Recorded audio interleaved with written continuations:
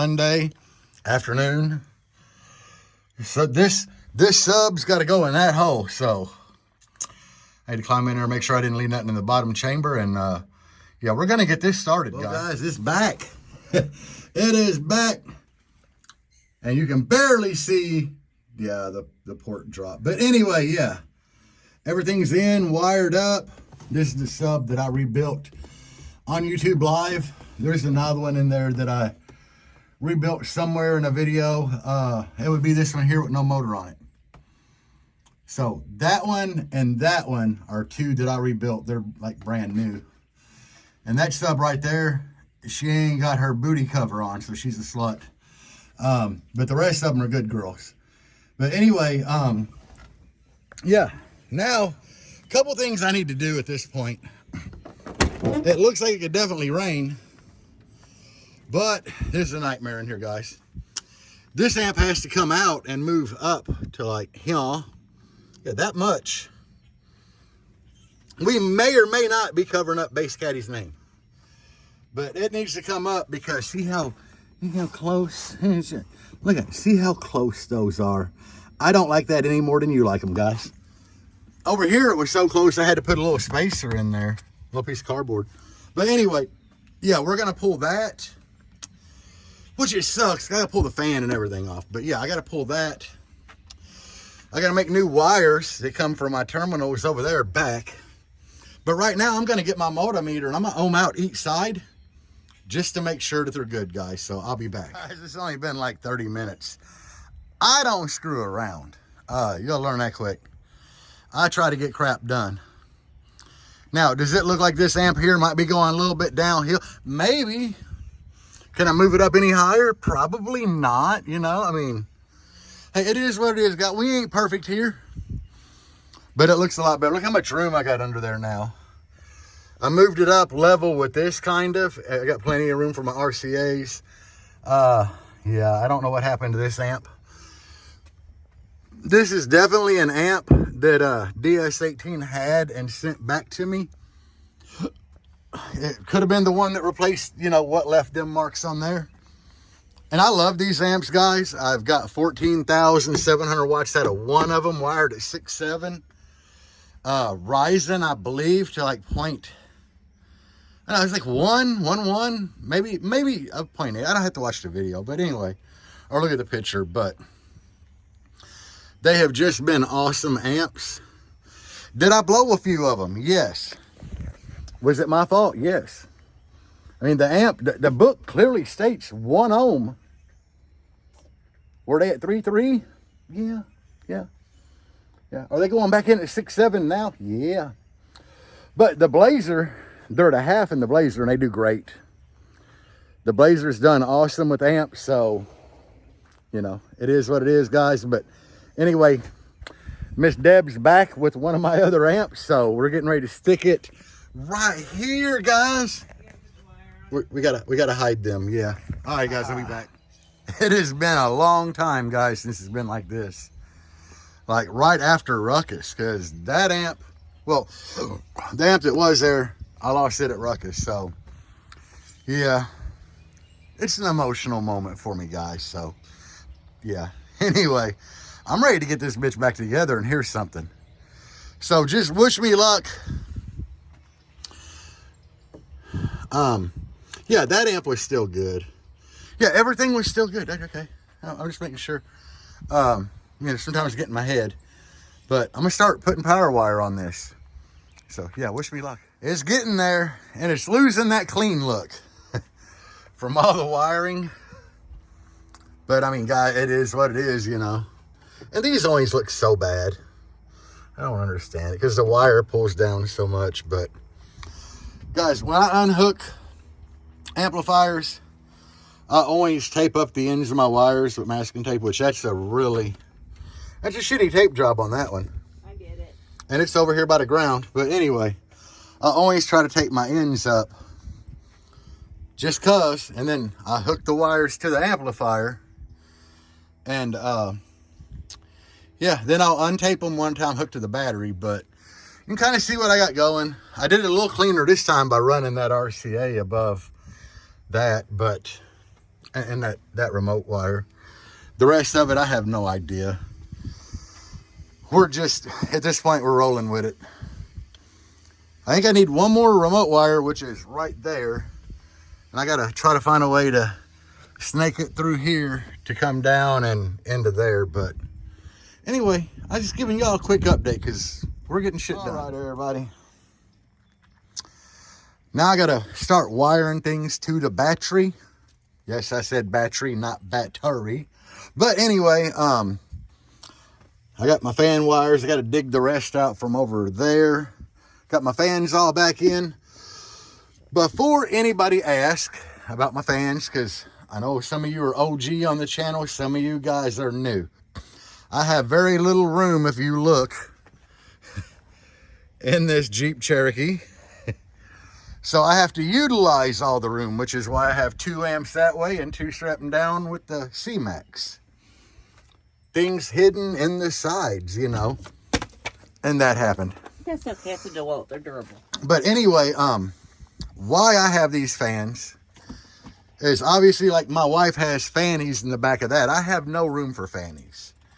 She had enough room to put, like, her 4 amps stacked up on one side, C-Max on the other, and a lot of room up here. I can't do that.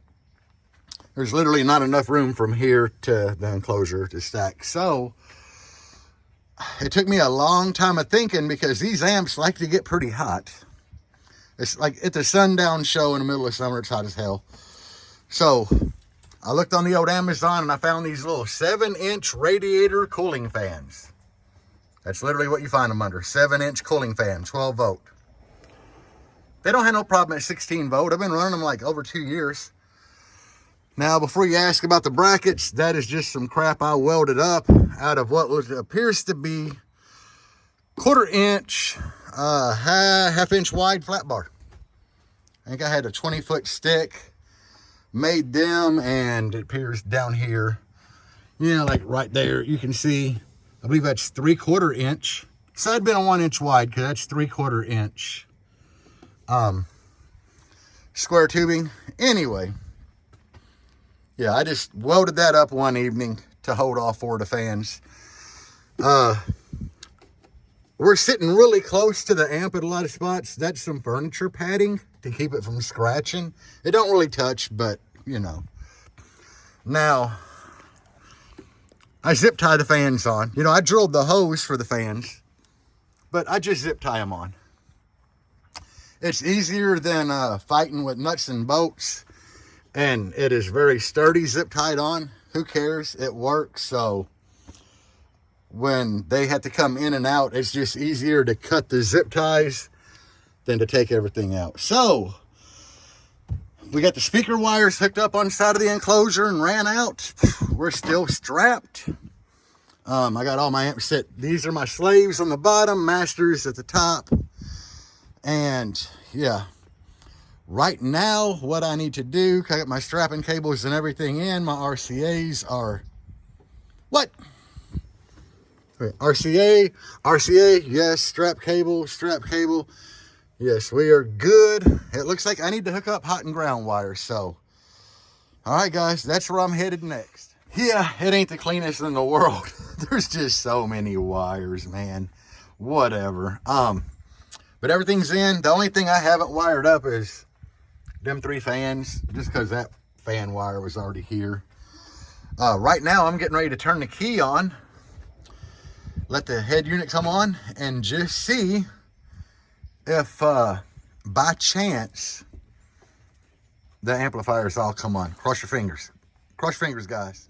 Okay, guys. My lovely assistant there. Turn the key on and we got power, power, power, and power. So everything's good. You notice there's no speaker wires hooked up yet, because that's going to be the very last thing I do. At this point, I'm going to go ahead and dig through my USB, get my -5 dB 40 hertz tone loaded up, and I got that SMD 5-minute long one. But that way I can go ahead and set my my gains on the 2 pairs of amps, and once I get them set kind of nice and clean, probably about 115, 120 volts. At that point, then I will go ahead and hook the speaker terminals up to the subwoofers after they're set clean. And as I said before, guys, I only set my gains at volume 32 on my head unit. I know volume 34 is still clean. I've tested it with my DD1. I don't need to do all that. I already know. But for the sake of argument, I'm going to go ahead and I only set it at volume 32. But when I demo, I never go past volume 28. I normally demo everybody at volume 28. Occasionally, if I'm just trying to let my nuts drag, I might turn it up to volume 29. But this has been my thing. You know, I always try to save my equipment. So anyway, yeah, I'm going to go ahead and get these. That was quick. Gains are set. I conservatively got, I set conservative, 223.3 out of this pair. 223.2 out of this pair. That was really nice. Super clean. I went up to a clip light and I backed off a little bit, and that was the safe zone for both of them. I don't know if the new guys, y'all ain't seen this shit. The OGs that have been with me for a while. I keep that little bit right there with tape constantly. It stays there, and that's the bit that fits in the gain things really good. For those of you wondering, of course, we adjust the gain. That subsonic, it only goes down to 10. I wish it went to 0, but we keep it all the way down. Bass boost all the way down. Low pass filter, I turn all the way up because I control it on my head unit. And I leave phase at 0. When you strap amps, you don't have to adjust anything on the slave amp. When you put the switch on slave, whatever you control or dial in on the master will take care of it. So keep that in mind, guys. And most amps that you strap, the Audio Apex, like, them amps are really weird because you got to buy like a strapping box. But all the good amps that you strap, you connect your negative speaker outputs. That's them wires. They connect the negatives. The slave amp speaker positive becomes the ground. Master positive becomes positive. And that's it. And I'm not dissing the Audio Apex amps. It's just, I don't know why you would have a build house in China make you an amp that you can't strap without buying a bunch of stuff. That's just me. I know people have good luck with them, but I've had people ask me how to strap them, and they're like, oh yeah, I heard you got to buy this like module. I'm just like, yeah, screw all that. That ain't me, guys. That ain't me. But anyway, now I'm just got to hook up the speaker terminals, and I might get to hear bass today. All right, guys. You know, I love that Monkey D. Luffy, Ultra Instinct Goku Slam Panda, RJ45 knob. Hell no, this ain't a commercial. But what it is I got something like forever ago. Oh, shit. For this knob. There we go. I mean, that only turned up to 10, so we got to take that off. And I got this bad boy from Zach. It's just the Panda head logo. Slam Panda, but like I said, he told me that this knob will turn up to 11. Oh, God, it don't want to fit right. I know that. Get you that extra click. Oh. Okay, yeah. Anyway, yeah, we got that. I love this bass knob because you literally just like to do stuff like that, unplug it, plug it back up. And yes, I have honestly, I just turned it on and it plays. It's like all the subs are playing and everything. So I got everything wired up in the back. Didn't take too long. You know, I had to put my, like I said, my strap cables were in. The ones coming from the side, they're there. So I got all that hooked up. I think right now I'm done enough that I don't have to worry about anything. I don't think it's going to be hot enough out that I necessarily need to hook all my fans up and stuff. So I guess right now at this point, I'm gonna clean stuff up, and me and Deb's gonna get in this bad boy, and we're gonna go up the road and see how it does. I might not film because, like I said, the subs need broke in, like they definitely need broke in. So I don't look for it to be that impressive right now. So it is what it is. I know they're tight, and by being super tight on those spiders, it's not gonna let them move as freely as they should. And if I just turn it up and hammer it with power, what is gonna happen is, by it not being able to move, they're gonna get stinky really fast because they're not moving enough to cool. So I'm just gonna play with it a little bit. But anyway, guys, I will be back later.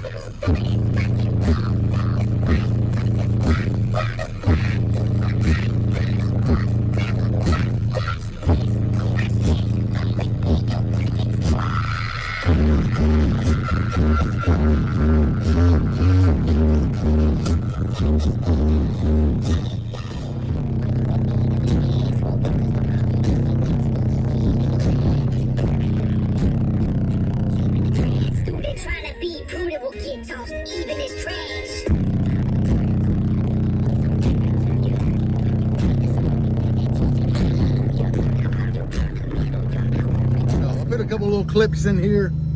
Had to turn down the music, obviously, copyright, you know. Right now, I'm just getting my voltage back up a little bit. Me and Deb, my co-pilot, my helper, we've been here for what, a good 30-40 minutes? Yeah. Non-stop playing this thing. These subs are super tight, and it's getting like the wind has doubled from when we pulled in. I'm not hammering on them. I'm not going my full tilt demo volume, which I normally volume at like 28. You know, I actually set everything at 31 today. But anyway, with that being said, I'm just sitting here like breaking them in. I have got them to where they were a little smelly one time. Turned the volume down a little bit, left the knob up, playing like 20 hertz. Got them cooled back off. And I mean, I can feel a little heat down in the hole. That one ain't got a booty on. She'll let me finger her hole. But yeah, they're doing great. I mean, they're just a really tight sub, and I know it's gonna take a while to get them broke in, but that's all we're doing. I figured I'd put a clip or two in here for you guys so you could see how my day's been going. So we got a late start today. It's almost 5 o'clock now, and I'm gonna stay here a little bit longer and play. Deb's getting good footage for her TikTok or whatever she's gonna put it on. But anyway, guys, peace out.